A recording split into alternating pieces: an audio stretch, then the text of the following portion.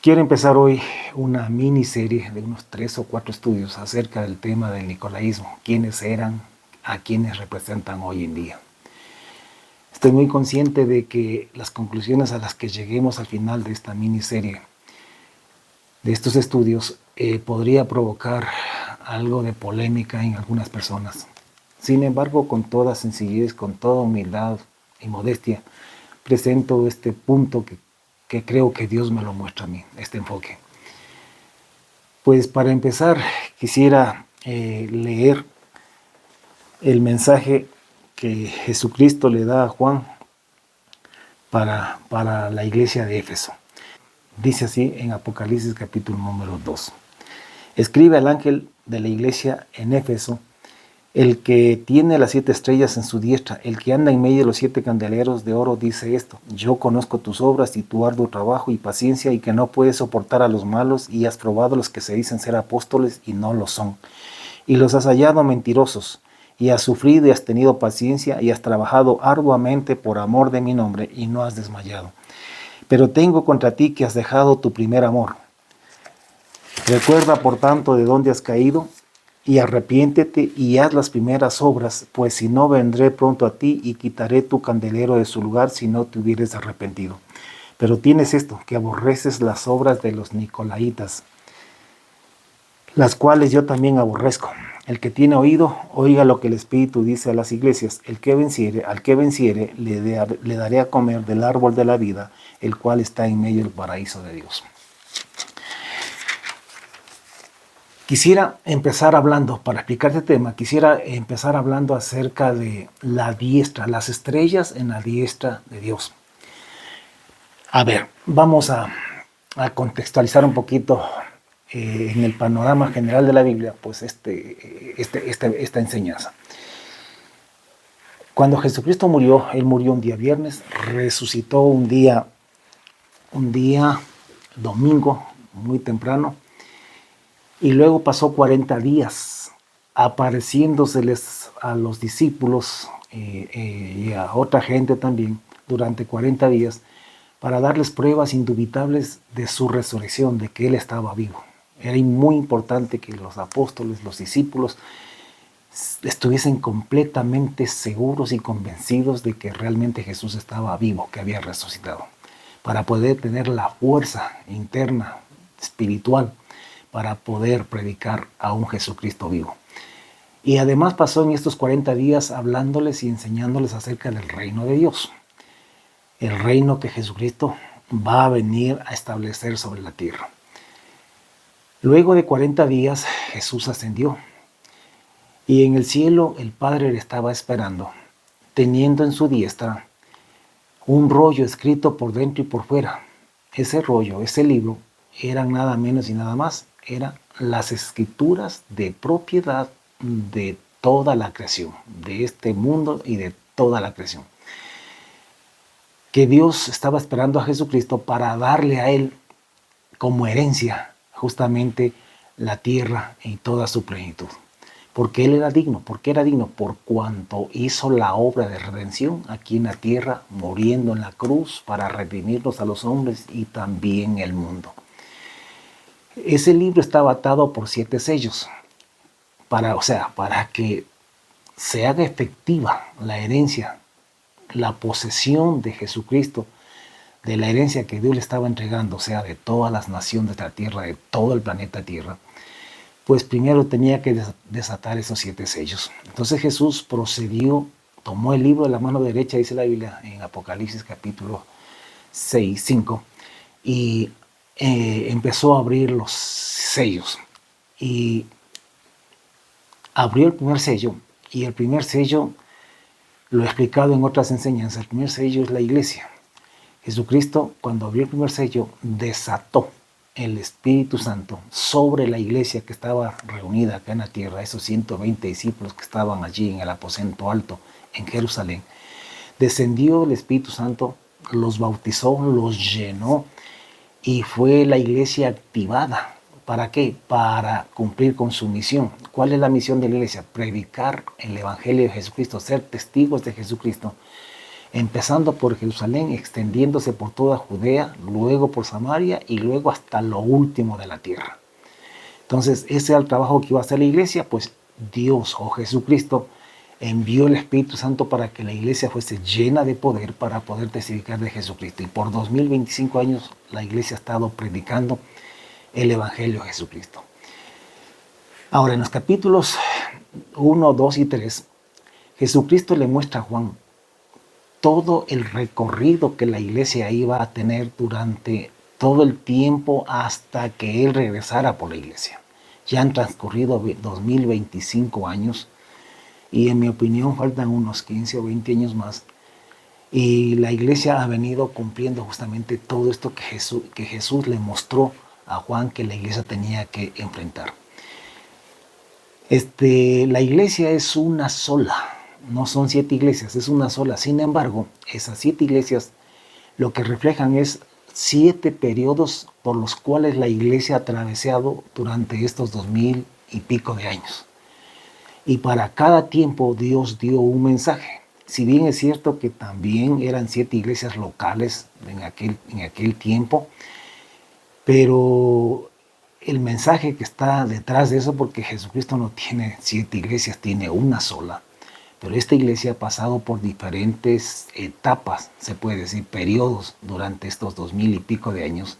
Y cada una de estas iglesias representa una etapa. Y hay un mensaje para la iglesia, para la única iglesia, en cada una de estas etapas.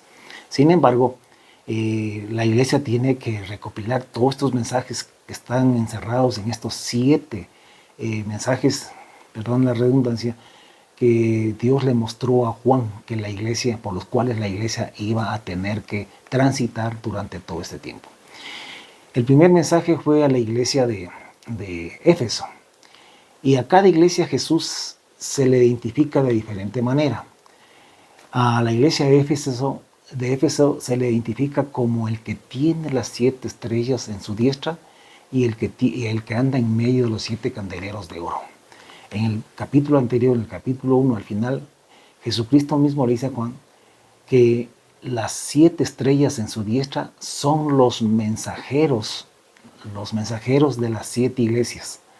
Somos los pastores en estos 2000 y pico de años que la iglesia lleva ya recorriendo, cumpliendo su misión, que es predicar el Evangelio en todo el mundo y a toda criatura. Y los 7 candeleros son las iglesias. Y dice que Jesús se paseaba por en medio de los 7 candeleros y que tiene en su diestra los mensajeros de toda la iglesia en todos los tiempos. Quisiera empezar, para entender esto, los nicolaitas, quisiera empezar explicando quién o cómo es una estrella, un mensajero en la diestra de Jesucristo. ¿Cuál o qué es lo que Dios demanda de estas personas, de estos pastores, de estos mensajeros que están en la diestra de Jesucristo? Primeramente, hablemos acerca de la diestra, esta palabra diestra. La diestra es la mano derecha de los que somos derechos, por así decirlo. Es la mano derecha. La mano derecha es la mano, para los que somos diestros, es la mano con la cual tenemos mayor precisión y exactitud. Cuando requerimos hacer algo con mucho cuidado, lo hacemos con la mano derecha. Por ejemplo, un cirujano no se le va a ocurrir o realizar una operación, una cirugía, con la mano izquierda. Si él es diestro, él la va a hacer, va a tomar el bisturí con la mano derecha, porque se requiere mucho control sobre el bisturí, mucha destreza y mucha habilidad. Y esa habilidad y esa destreza, los diestros la tenemos en la mano derecha. Entonces, cuando la Biblia dice que los mensajeros de Dios estamos en la diestra de Él, quiere decir que Él que Él quiere manejarnos con mucha precisión, que seamos instrumentos en sus manos, así como el bisturí es un instrumento en la mano del cirujano. El bisturí simplemente es utilizado, es usado sin ningún tipo de resistencia por el cirujano. De la misma manera, Dios necesita que sus siervos estén en su diestra y que Él pueda manejarlos con toda precisión, con toda exactitud, controlarlos al máximo para Dios poder cumplir con su propósito, con el hombre, con la humanidad. Esto es lo que significa que las estrellas, los mensajeros, estamos en la diestra de Él. Nosotros somos las estrellas de Dios, no somos estrellas en este mundo. Nosotros somos estrellas en las manos de Dios.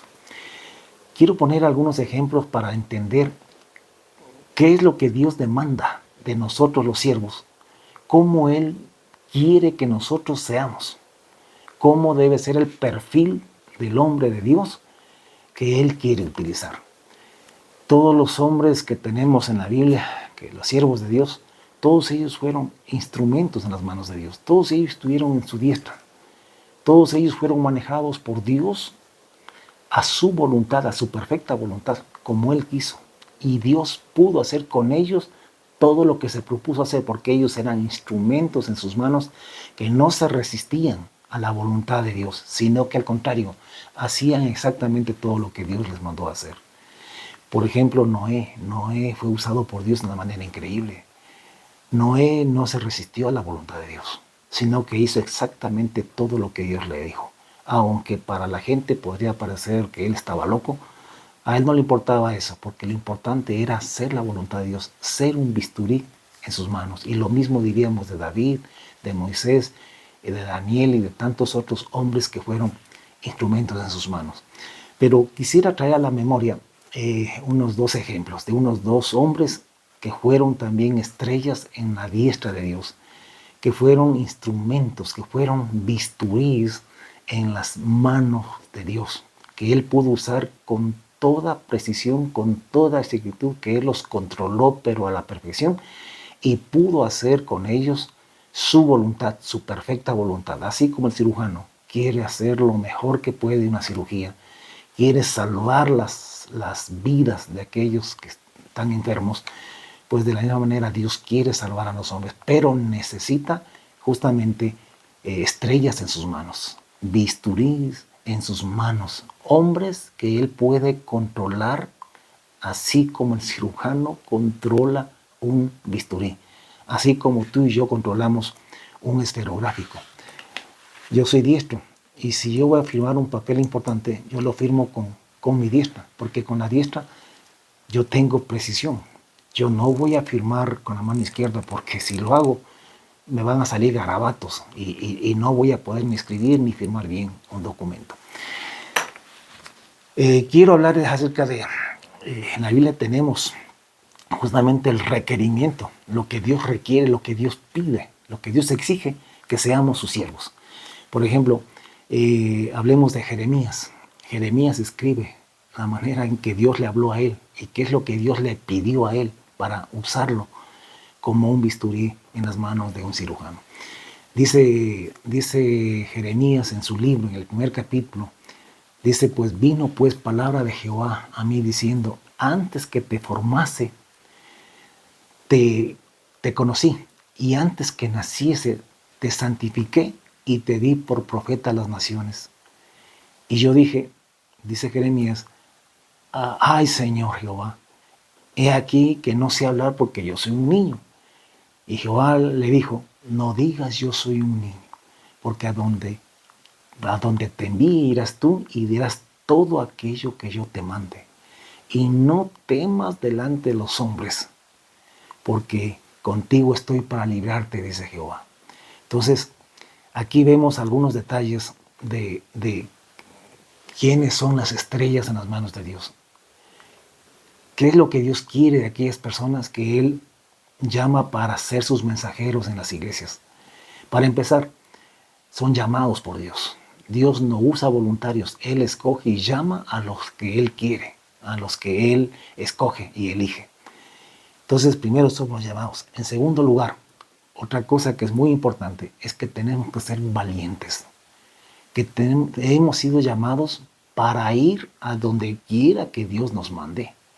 y para hablar lo que Dios nos mande a decir.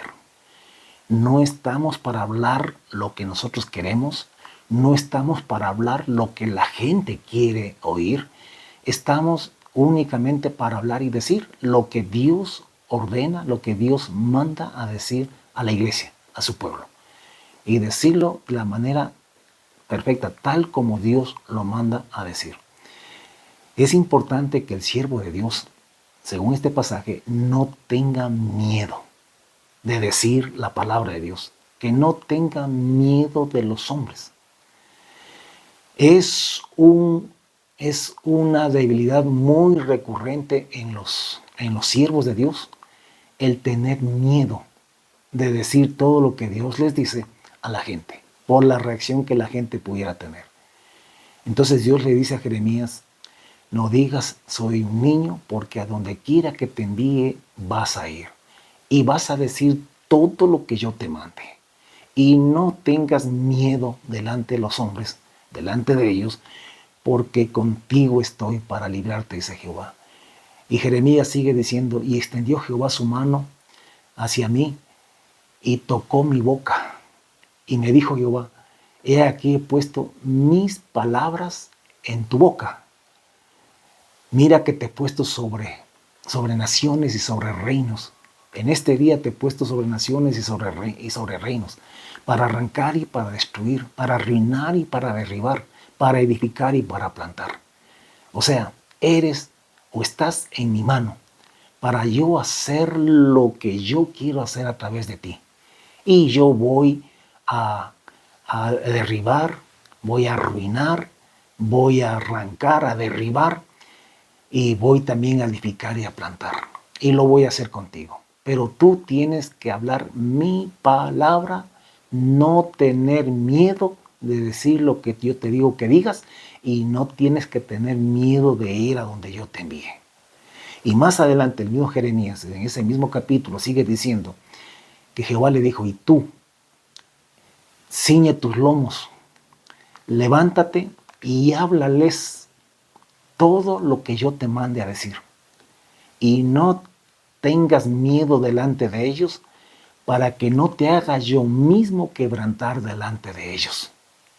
Porque aquí te he puesto en este día como ciudad fortificada, como columna de hierro y como muro de bronce sobre toda esta tierra, sobre los reyes o contra los reyes, contra sus príncipes, contra sus sacerdotes y contra el pueblo en general.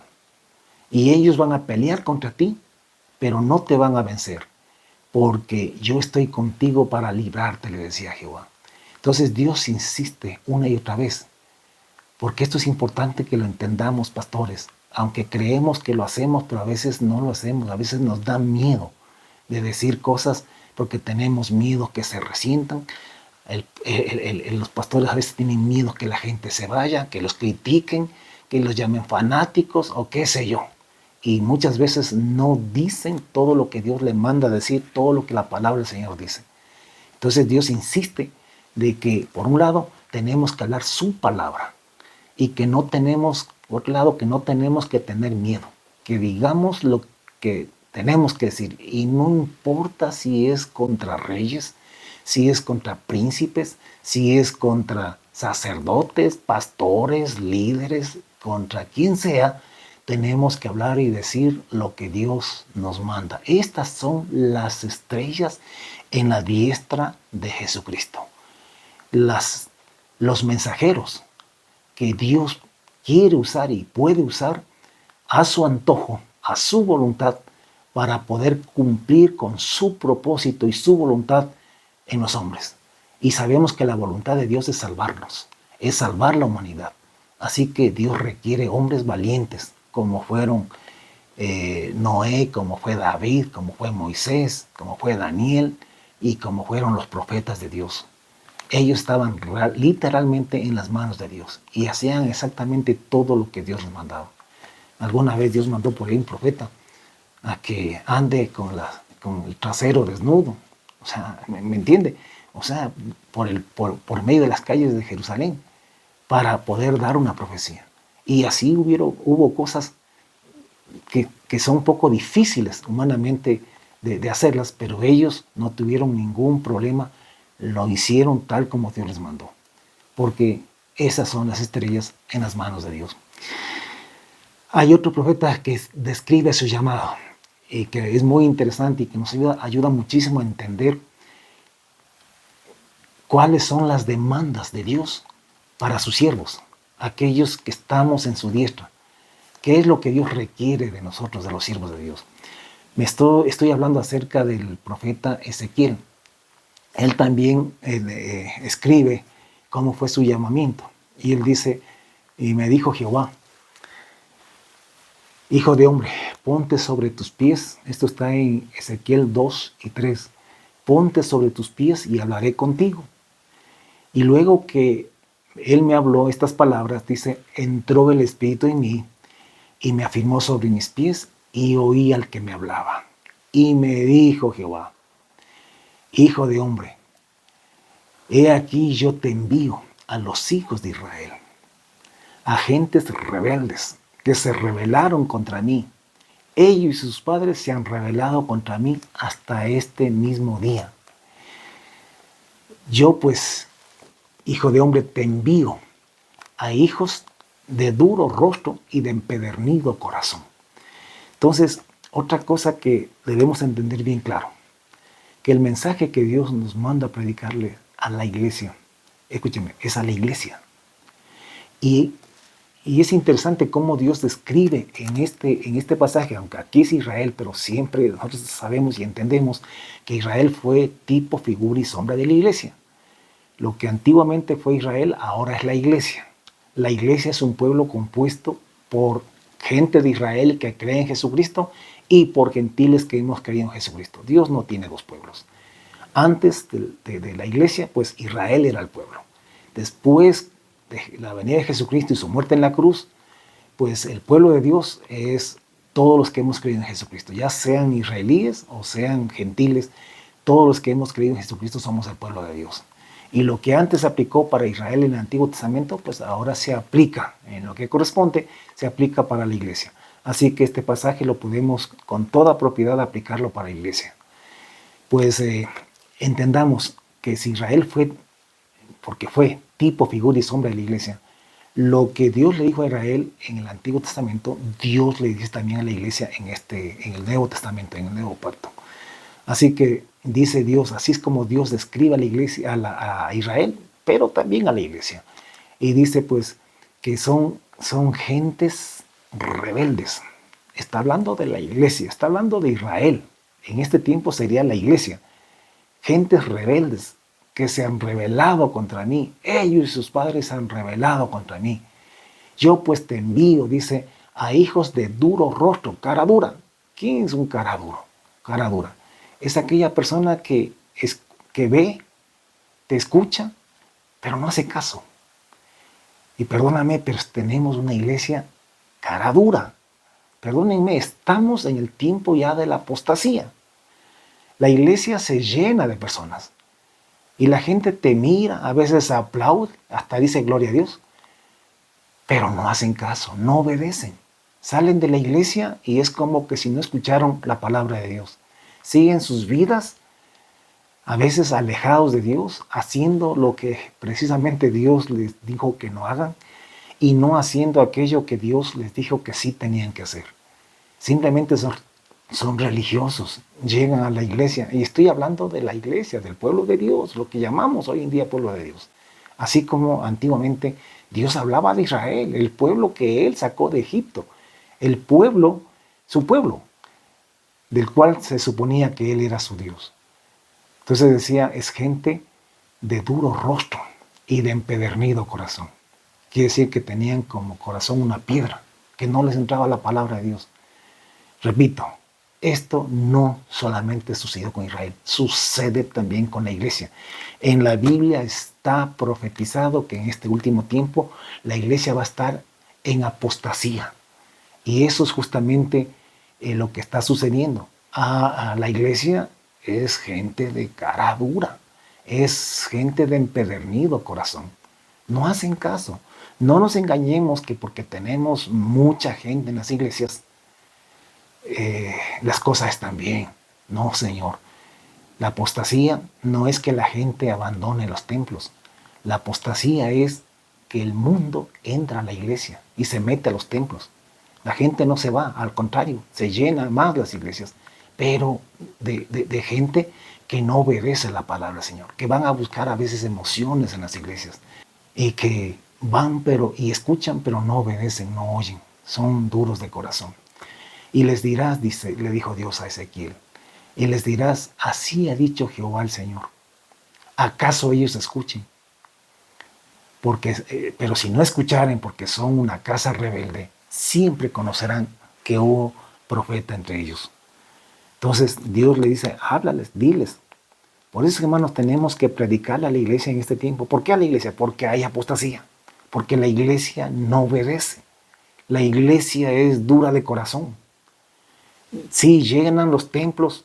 Si usted lee el libro de Isaías, que igual fue en los últimos tiempos de la nación de Israel, usted va a ver que ese pueblo cumplía con toda la liturgia religiosa, pero su corazón estaba lejos de Dios. Eso es lo que pasa también hoy en día. Que llenamos los templos y hacemos muchas actividades, pero el corazón está lejos. La palabra de Dios, los mandamientos, están lejos del corazón del hombre. No hay temor de Dios, no hay santidad. El hombre vive como quiera, pero tiene la religión. Entonces, Dios le dijo, pues ellos no te van a escuchar. ¿Acaso ellos escuchen? Dice, pero no te escuchan porque son una casa rebelde. ¿Quién es rebelde? Una persona rebelde es alguien que no obedece. No necesariamente tiene que ponerse enojado y bravo contra ti. Simplemente con no obedecerte ya es un rebelde. Así es como está el pueblo de Dios en este tiempo con respecto a Dios. Entonces, háblales aunque no escuchen porque son gente rebelde. Y tú, hijo de hombre, le dijo, no les temas, ni tengas miedo de sus palabras. ¿Se da cuenta cómo Dios repite una y otra vez a sus siervos estas palabras? No tengas miedo, no les temas, ni tengas miedo de sus palabras. ¿Por qué lo repite? Porque, para empezar, el pueblo es rebelde. Y en segundo lugar, porque los pastores tienen miedo. Mucho miedo a veces de decir lo que Dios nos manda, hablarle a la iglesia. Entonces, por eso es que Dios insiste en esto. Y le dice, pues, no tengas miedo, háblales, no tengas miedo de sus palabras. Aunque te hallas entre zarzas y espinos y moras con los escorpiones. Mire cómo Dios describe, no al mundo, describe así a su pueblo. En ese tiempo a Israel, en este tiempo a la iglesia. Aunque te hallas entre zarzas y espinos y moras con los escorpiones, no tengas miedo de sus palabras, ni temas delante de ellos, porque son casa rebelde. Les hablarás pues mis palabras, escuchen o dejen de escuchar, porque son muy rebeldes. Entonces, hermanos, siempre va a hacer falta que nosotros llamemos a la iglesia a la santidad, al arrepentimiento, que no tengamos miedo de amonestarle de esta manera a la iglesia. Para eso Dios nos llamó, para eso Él nos tiene en su diestra. Tenemos que hablar lo que Dios nos manda decir. Estos profetas que le estoy nombrando, ellos vivieron en la última etapa de la nación de Israel, antes de que fuese completamente destruida. Así como nosotros estamos viviendo la última etapa de la iglesia, antes que venga el anticristo, que es el Nabucodonosor. Lo que fue Nabucodonosor para Israel es el anticristo para nosotros en este último tiempo. Así que hay que hablarle al pueblo la palabra de Dios, sin temor, sin miedo, llamar al arrepentimiento. No estamos para divertirle a la gente en las iglesias. No se trata de hacerles reír ni de hacerles sentir bien. Se trata de hablarles de santidad, de obediencia, de pureza, porque Dios viene por una iglesia pura, santa y sin mancha. Y Dios necesita hombres en su diestra, que sean como bisturí en sus manos o como bisturí en las manos de un cirujano, que así seamos los siervos de Dios en sus manos para Él poder hacer lo que Él quiere hacer, para Él poder salvar las almas que Él quiere salvar, aun cuando es un pueblo rebelde, aun cuando hay apostasía en la iglesia. Entonces Dios le insiste muchísimo en estas cosas a todos sus siervos. Le dice, tú pues, hijo de hombre, oye lo que yo te hablo, le decía Dios a Ezequiel. Y no seas rebelde como la casa rebelde. Abre tu boca y come lo que yo te doy. ¿Y qué es lo que Dios nos da a comer? Es su palabra. Es su palabra. Y dice Ezequiel que él miró y que vio una mano extendida hacia él. Y en esa mano había un rollo de libro. Y lo extendió, lo abrió delante de él. Y dice que estaba escrito por delante y por detrás. Y que había en ese libro escritas endechas, lamentaciones y ayes. Allí no habían chistes que contar. No, allí no había, qué sé yo, palabras para un motivador como los que tenemos hoy en día. Ahí había endechas, lamentaciones y ayes. Hermanos, estamos en los últimos tiempos.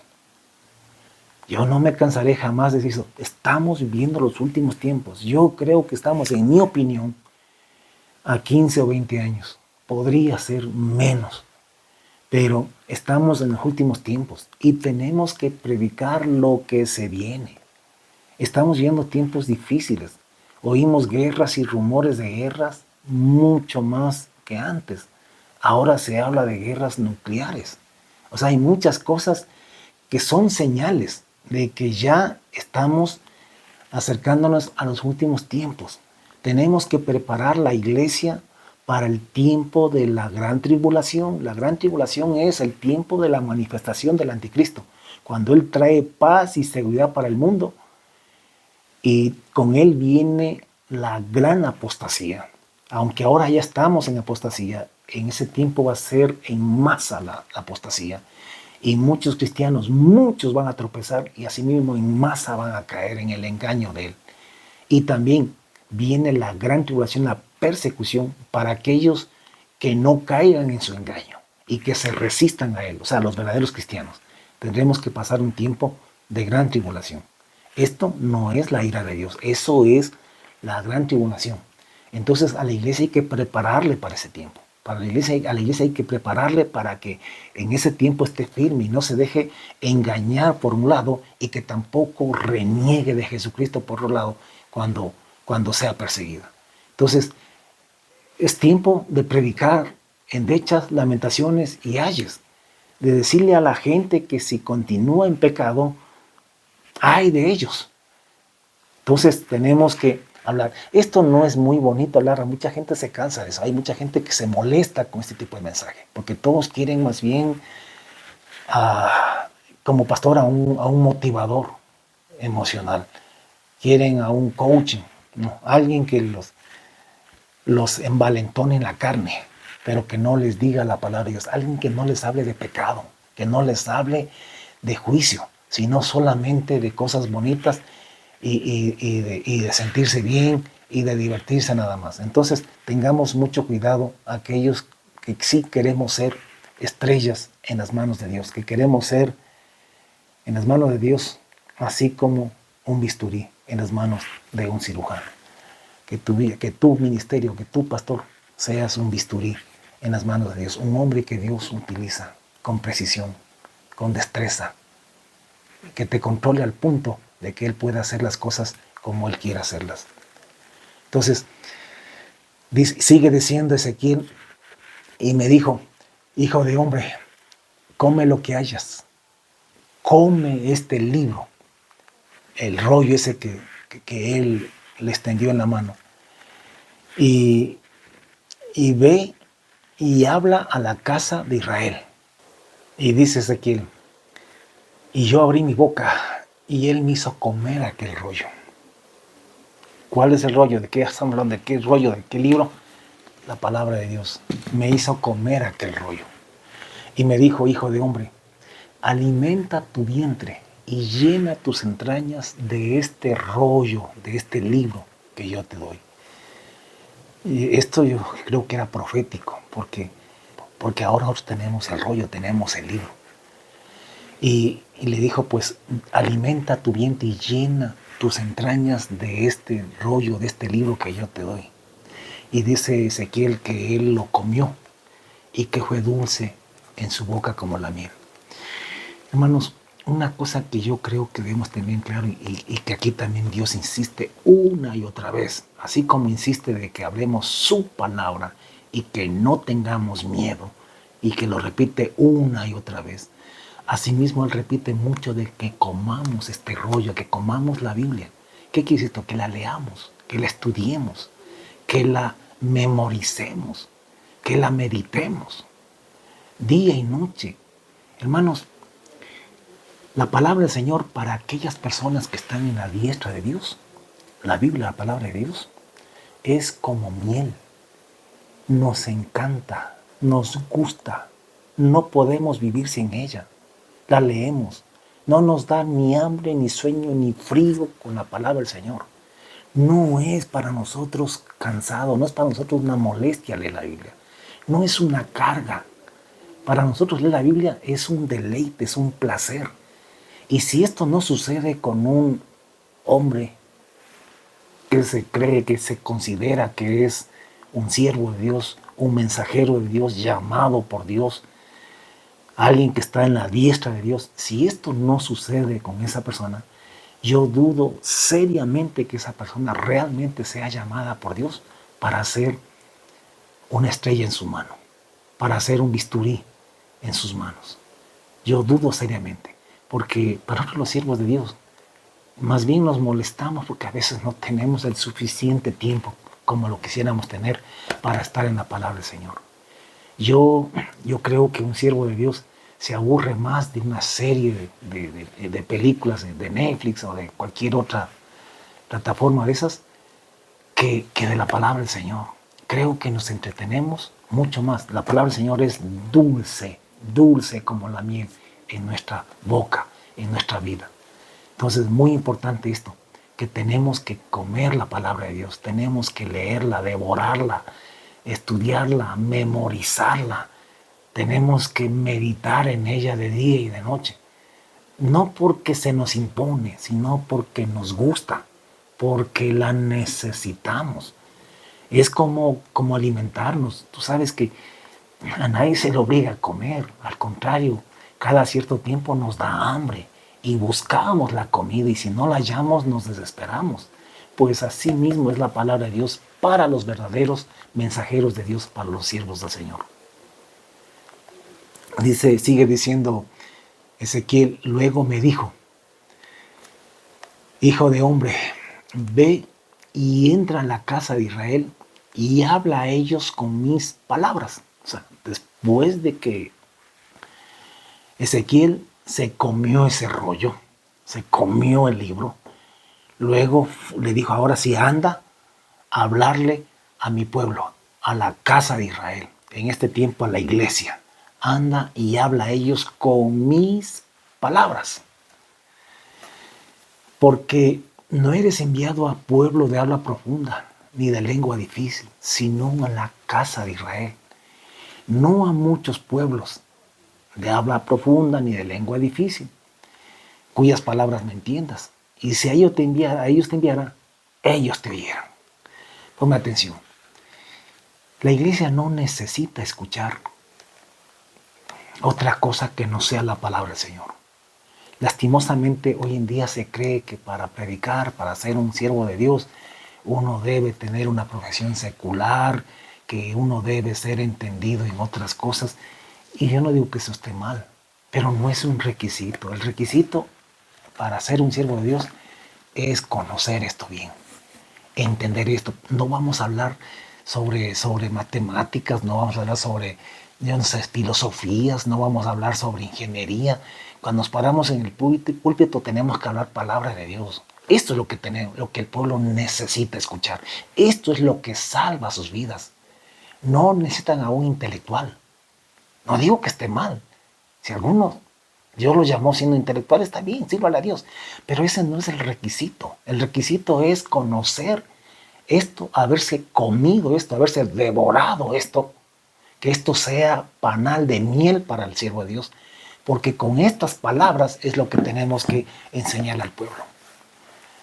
Que ningún hermano se me acompleje, ningún siervo de Dios se acompleje si no tiene un título académico. No necesitas eso. Lo que necesitas es comer, dominar esto.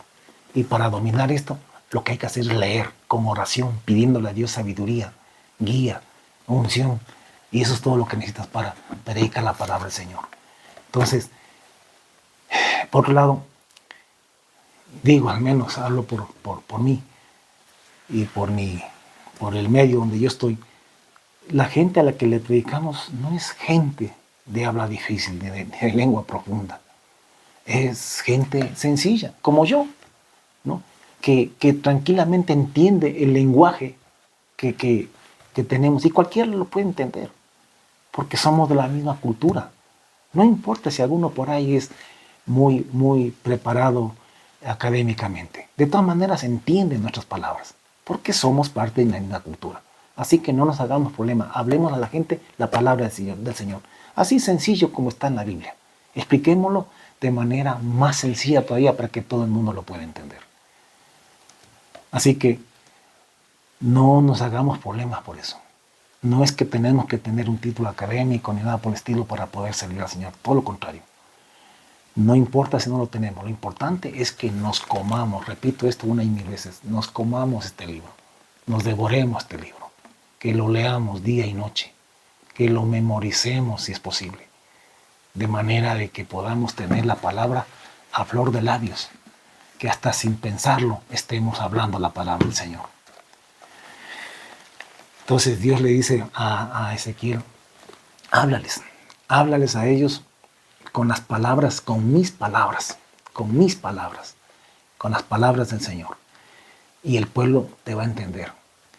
Y porque no eres enviado a pueblo de habla profunda ni lengua difícil, cuyas palabras no entiendas. Y si a ellos yo te enviara, ellos te entendieran. Porque Dios es poderoso para hacer. Si una vez hizo que una burra hablara y que un profeta le entienda, ¿cómo no va a ser si te toca hablar delante de gente muy intelectual, muy académica? ¿Cómo no va a ser Dios el milagro de hablar de tal manera que ellos te entiendan? Te van a entender, al menos si son intelectuales muy estudiados, están preparados para entender todo. Entonces, hablemosles. Y Dios dice, si a ellos te enviaran, ellos te oyeran. Mas la casa de Israel, en este tiempo la iglesia, no te querrá oír. Están buscando predicadores que sean motivadores.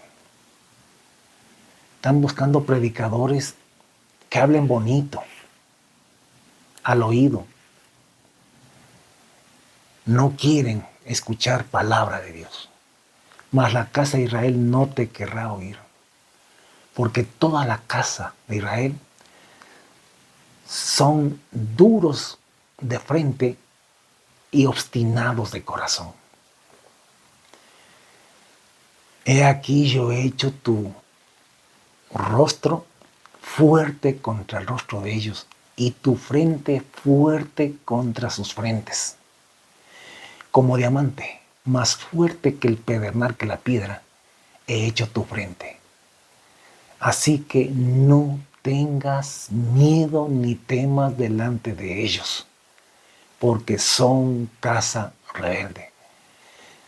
No sé, a veces esto me da mucha tristeza, porque Dios mismo dice que vamos a hablar y que la gente no nos va a querer escuchar. Y que aun cuando no nos quieran escuchar, tenemos que hablar y decir sin temor y sin miedo. ¿Por qué? Porque el pueblo está en apostasía. Así como Israel estuvo en apostasía, por eso Dios los acabó, los destruyó. Asimismo la iglesia en el último tiempo, dice la Escritura, que la apostasía se va a apoderar de la iglesia. Y es por eso que Dios a ellos les envió a Nabucodonosor. A nosotros nos va a enviar al anticristo. Y ahí todo el pueblo va a ser probado. Pero el que persevera hasta el fin, este será salvo. el que no niegue a Jesucristo, el que no acepte la marca de la bestia, ni en su frente ni en su mano derecha. Aquel que esté dispuesto, si es necesario morir, no todos van a morir. Si es necesario ir a la cárcel, no todos van a ir a la cárcel. Si es necesario sufrir y padecer, pues lo padeceremos. Iremos a la cárcel si es necesario, o moriremos, pero no vamos a renegar de Jesucristo. Eso siempre y cuando oigamos la palabra de Dios. Oigamos lo que el Señor nos dice, aunque sea difícil y duro, las palabras del Señor. Entonces, hermanos, estamos hablando acerca de las estrellas en la diestra de Jesucristo.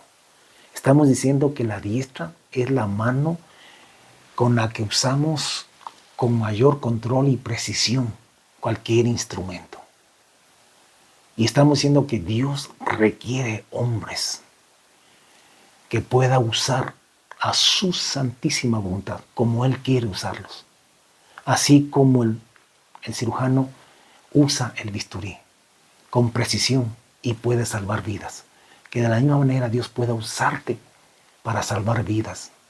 No para entretener gente, no para hacerte rico, tener plata, no para tener una iglesia enorme, sino para salvar gente, para llevar gente al cielo. Entonces Dios requiere de estos hombres total obediencia, sujeción, que sean verdaderos instrumentos en sus manos, instrumentos nada más. El instrumento no se resiste para nada, el instrumento solamente se deja usar, no se resiste en lo absoluto, en lo más mínimo, a la voluntad del que lo usa. Pues así mismo Dios quiere usarnos, a sus siervos, a sus mensajeros, en todos los tiempos, pero ahora quizás más que nunca. Hermanos, y por último, no puedo dejar de nombrar a Jesucristo. Creo que no ha habido instrumento usado por Dios más a la mayor perfección que Jesucristo.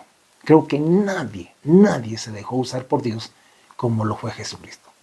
Si bien es cierto que Noé, que David, que Salomón, no, no sé, que Isaías, que Daniel, que Moisés, fueron hombres que se dejaron usar muchísimo por Dios. Pero nadie a la perfección como lo hizo Jesucristo. Me gusta tanto ese pasaje en Filipenses capítulo 2, me parece que del 5 en adelante, donde dice, Pablo dice, pues, haya pues en vosotros este mismo sentir que hubo en Cristo Jesús, el cual, siendo en forma de Dios, no estimó el ser igual a Dios como cosa a que aferrarse, sino que se despojó a sí mismo, tomando forma de siervo, hecho semejante a los hombres, y estando en la condición de hombre, se humilló a sí mismo, haciéndose obediente hasta la muerte y muerte de cruz. Por esto es que Dios lo exaltó hasta lo sumo, y le dio un nombre, sobre todo nombre, Rey de Reyes, Señor de Señores. Nadie por encima de Él. Y le dio un nombre que es sobre todo nombre, para que en el nombre de Jesús se doble toda rodilla de los que están en los cielos, de los que están en la tierra y de los que puedan estar debajo de la tierra. Y toda lengua confiese que Jesucristo es el Señor de señores y el Rey de reyes, para gloria de Dios Padre. ¿Por qué Jesucristo ha sido exaltado hasta lo sumo? Porque Él le obedeció, se sujetó a Dios hasta lo sumo. Jesucristo no vino a entretener a los hombres, no vino a agradar a los hombres, no vino a hablar cosas bonitas a los hombres. Les vino a hablar lo que los hombres necesitábamos para ser perdonados y ser salvos. Él no vino a entretener las multitudes con bromas, no vino aquí a envalentonar en la carne a las personas, sino que vino a decirnos la verdad. Y no tuvo miedo de decir lo que Dios le mandó a decir. No tuvo temor, jamás se acobardó. Dijo todo lo que el Padre le mandó a decir. Él dijo, yo nada hago por mí mismo. Yo nada digo por mí mismo. Lo que oigo del Padre, eso hablo. Lo que veo al Padre hacer, eso es exactamente lo que yo hago. No hago nada que esté fuera de la voluntad de Dios, del Padre. Nadie como Jesucristo.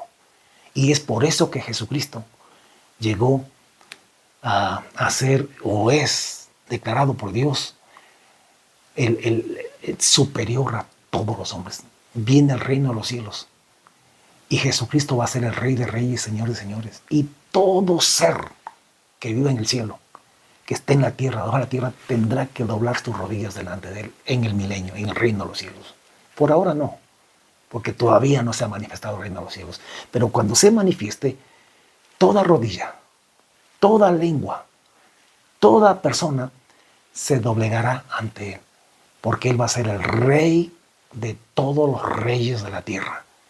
Y esos reyes de la tierra vamos a ser nosotros, los que Él ponga a reinar en las naciones. Los que ahora le sirvan, los que ahora se acerquen más a Él en ser instrumentos en sus manos, más a Él en ser estrellas en su mano, en su diestra. Esos son los que van a reinar con Jesucristo. Esos son los reyes sobre los cuales Jesucristo va a ser el Rey de ellos y Señor de señores. Entonces, nadie como Jesucristo. Dios, Jesucristo, necesita ahora más que nunca estrellas en sus manos. Dios quiera que con esta sencillez con la que yo hablo, porque no me jacto de nada, pero con esta sencillez con que yo les puedo hablar, mis amados pastores, si alguno me escucha, pues convirtámonos en estrellas en sus manos. Seamos en sus manos como el bisturí en las manos de un cirujano. Y no tengamos miedo de la gente. Y comámonos este libro, por Dios, leámoslo, estudiémoslo, memoricémoslo, meditemos en él día y noche, en todo momento, en todo tiempo. Que esto sea miel para ti. Que esto no sea aburrido ni cansado.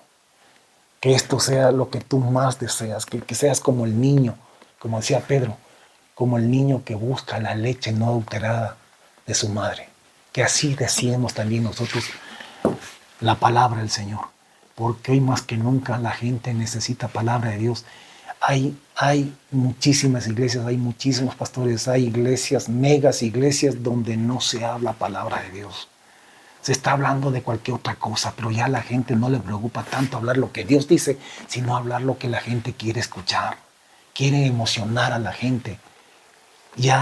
No es una palabra pura de Dios.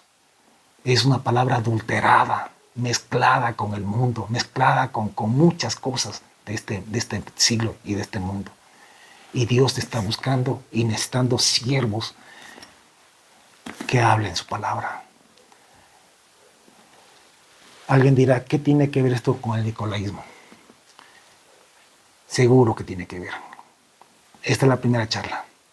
Al final vamos a conectar esto con el nicolaísmo. Tengamos poquita paciencia. Unas 2 clases más tal vez y hablaremos de lo que es el nicolaísmo. Y lo conectaremos con todo esto. Gracias por su atención. Que Dios les bendiga.